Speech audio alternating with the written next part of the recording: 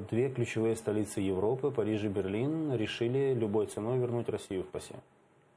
И когда они это решили, то все на них начали ориентироваться, и уже там подтягивалась поддержка. И был второй фактор, его тоже нет смысла скрывать. Дело в том, что Россия условием своего возвращения в ПАСЕ обозначила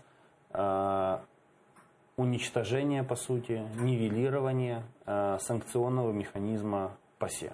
То есть, когда чтобы ПАСЕ не могла применять санкции против национальных делегаций. В принципе, никогда не против кого. Да, не только против России, а вообще.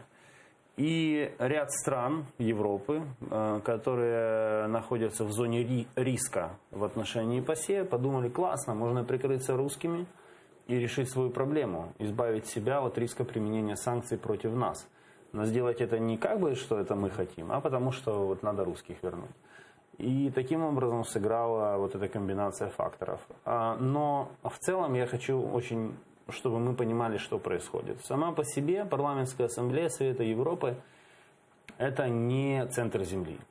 Это не место, где вершатся судьбы мира, где принимаются какие-то суперрешения. Но это было одно из двух мест, где на международном уровне существовало давление на Россию. Первое место был Европейский Союз, и остается со своими санкциями. И второе место – ПАСЕ.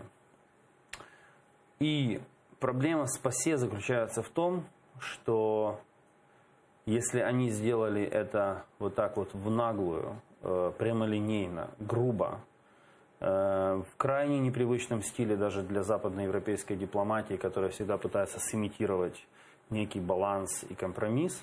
Здесь никакого баланса не было, никакого компромисса не было. Полностью положили ПАСЕ к ногам России, сделали все, что хотели русские. Если они это сделали сегодня в ПАСЕ, где гарантия, что они завтра не сделают это в ЕС? Но тем более, что ключевые игроки и там одни и те же. Это вот об этом и речь. И поэтому мы сейчас должны говорить о том, что, знаешь, как вот ПАСЕ – это место, где нарыв прорвало. А в более широком смысле, к сожалению, мы можем говорить о системных усилиях по нормализации отношений с Россией.